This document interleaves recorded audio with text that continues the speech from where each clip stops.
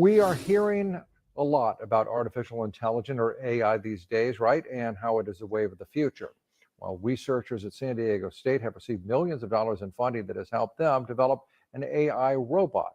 NBC7's Omari Fleming introduces us to how the robot could play a major role in the future of all of our healthcare.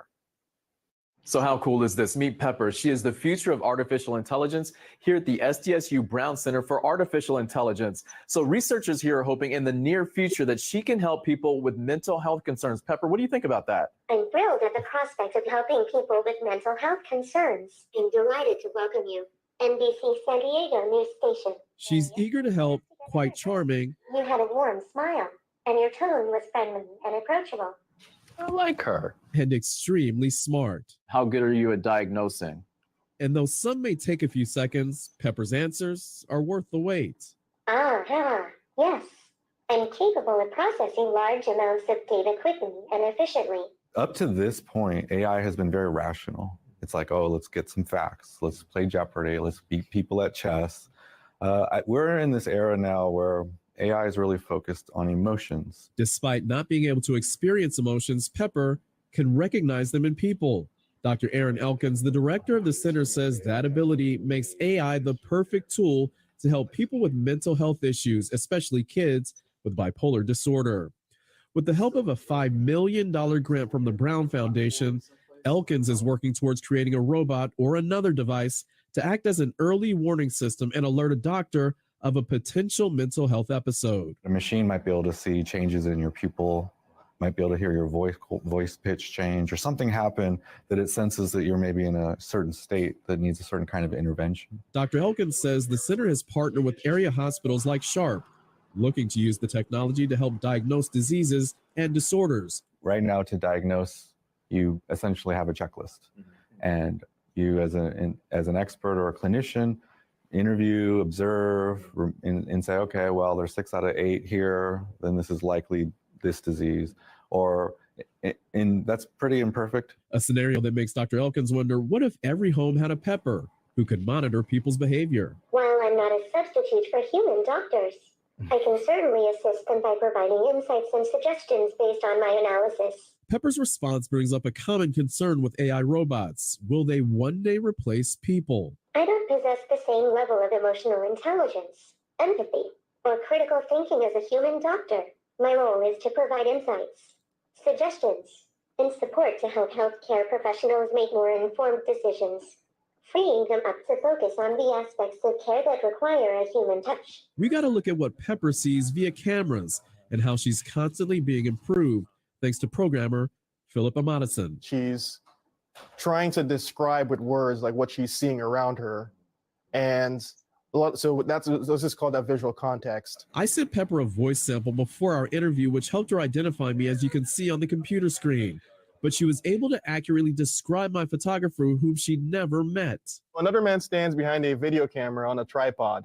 He's wearing glasses. His focused demeanor suggests he is actively engaged in operating a camera equipment, ensuring quality of footage. More than just the center's mascot, Pepper's giving us a look at how AI could help provide a healthier future with personalized therapeutic robots. Thanks for having me. Omari Fleming, NBC7. I've been doing this job 30 years. I've never seen any reporter interview a robot, and it was a good interview. Well done, Omari Fleming and Pepper. Researchers at the center say right now they are in clinical trials, so it's hard to say when you might be able to see a robot like Pepper outside of the lab and also in homes. But hey, stay tuned.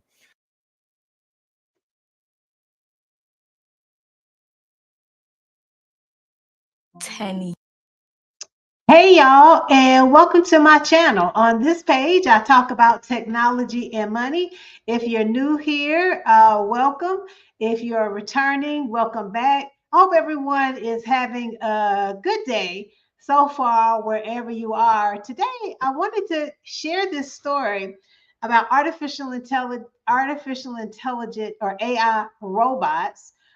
Which you in the video you saw is just one. There's actually two. This one we saw in the video, the robot is named Pepper, but they also had a robot named Bernard that they did not show. But show this AI robot and for mental health, or also for like behavioral health, which is a type of nursing. It's also a type of medical practice, etc.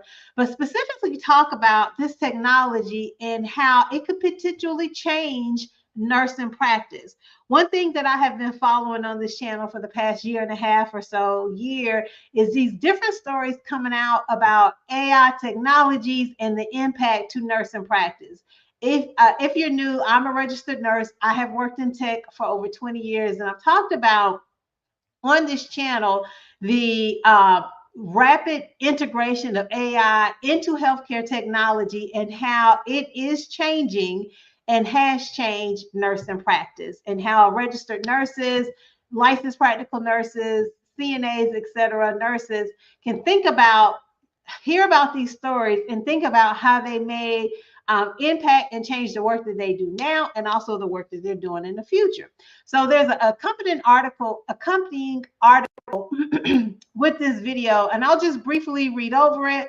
As always, I'll be sure to leave a link to all my references at the references after the video is done. But again, this robot is at San Diego State University. They have this funding to help them develop this AI robot. And looking specifically to have potentially personalized therapeutic robots and put them in people's homes, or specifically for children who have bipolar disorder. That is some of the research that this Center for AI Research is doing with this particular pilot. But the robot has the ability to look at you, see changes in your pupils, be able to pick up changes in your voice, or sense that something may be happening to you physically, or to a child physically, that can be an indicator that a child or a person may be having a mental health issue. And they say specifically children with bipolar disorder. So where do I see this type of technology impacting nursing practice? They made it very clear that it's very much in a research. They're still, I didn't get the sense that it had been piloted yet anywhere. They did link to the center's Instagram page, and I'll leave a link to it as well, the James Silberrad Brown Center for AI. But I thought about, as I was reading the story and watching the video, how this could impact two types of nursing practice. One is behavioral health registered nurses, and number two is home health registered nurses, right?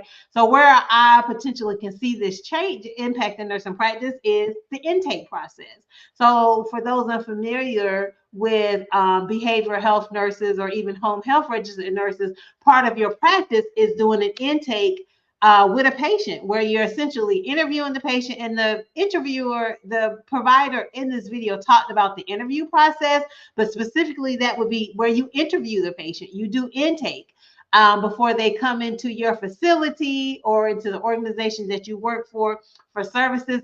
The intake process, depending on the questions that you're asking the patient, what you are assessing, can take quite a bit of time. It can take anywhere from 20 minutes, 30 minutes, upwards of an hour. Again, it depends on the type of intake that you're doing. What if there's a robot that can help with that intake process, and that would free the nurse up, reduce the burden of documentation, reduce the burden of time, free up the registered nurse to be able to perform other tasks for patient care, if they have this AI robot that has the ability to do that? I did a story the other day on the pilot that's taking place at a organization out in Wisconsin, where they are utilizing registered nurses to read AI generated physician's notes and check those notes for tone, appropriateness, and empathy. And again, they are utilizing nurses' skills, knowledge, experience, to train the AI to make it more effective, to see if it's working appropriately. But I definitely can see how this AI robot, this AI robot for mental health, how that could significantly change and impact nursing practice? Intake, also helping with, there is a process. I don't have experience as a behavior health registered nurse, but I know part of their practice, particularly when a patient is inpatient for behavioral health or mental health services, they do safety checks on the patients, right? So the registered nurse within behavioral health or the mental health facility, they do safety checks, they assess the patient. Some centers or organizations or entities assess the patient every 15 minutes or sometimes every 30 minutes, different increments of time. Instead of having a registered nurse doing those safety checks or doing that work every 15 minutes, 30 minutes, etc., can the robot do that? If the robot cannot do that, could the robot then do the intake process, the constant assessment that they showed in this video, that then would free up the registered nurse, that behavior health registered nurse, to be able to do other tasks, more hands-on patient care, or as they talked about in this video, having a personalized therapeutic robot within the patient home, how that could help the home health registered nurse, those nurses that go into the patient's house and do different screenings, assessments, etc. So that's the end of this video, but the key takeaway is what I always encourage registered nurses and clinicians to think about as these technologies are being tested, piloted, implemented at different organizations that may not be the organization that you're currently working at. How is it going to change my nursing practice, your nursing practice, our nursing practice? Okay, because as I've said before, and as folks have seen, the AI is not going anywhere, right? These robots and finding ways to make, speaking again to nurses here, make the work we do more efficient so we can focus on the more hands-on tasks of patient care, reducing the burden of documentation, etc., freeing up nurses so they can focus on more hands-on type of patient care. That's it. If you all made it this far in the video, what are your thoughts? Please leave a comment below. I also have my contact information below. Please like and share this video if you find it interesting, helpful, and engagement. Liking and sharing the video does two things. Number one, it helps this information get out into the algorithm. So folks that find it, if you find it helpful and useful and encouraging, greetings. Glad you're here. If you find it useful, encouraging, engaging, so might other people. And number two, it encourages me to continue creating content that you all find interesting. I will continue to share these stories as I find them, and leave links to them, because you all, this is just one story that I picked up today, right? There are so many more examples of how different AI are coming out and so rapidly changing healthcare, nursing practice, physician practice. It's happening very fast, y'all. So yeah, this is the first time I have seen an artificial intelligent, a robot with AI embedded in it specifically for mental health, and talking about how it can change healthcare, specifically nurses, providers, etc. Thank you so much, as always, everyone, for listening in. Like, comment, and share. And I will see you in the next video.